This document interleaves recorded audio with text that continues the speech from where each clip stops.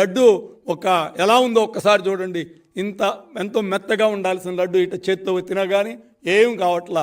మీకు ఇదివరకు గత ప్రభుత్వాల్లో లడ్డు ఒకసారి ముట్టుకుని ఇట్లా అంటే మెత్తగా పడిపోతుంది. కానీ ఈ లడ్డూని దండం పెట్టుకుని నేను వేస్తున్నాను, ఎందుకంటే మీకోసం.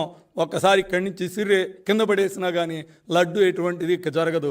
చూడండి, ఇలాగే ఉంది, ఇంత గట్టిగా ఉంది ఈ లడ్డు. అంటే ఇది క్రికెట్ బాలా లేకపోతే లడ్డా అని నేను మిమ్మల్ని అడుగుతున్నా. మా ప్రభుత్వంలో ఇప్పుడు జరుగుతున్న లడ్డును కూడా ఒక్కసారి మీకు నేను చూపెడుతున్నా.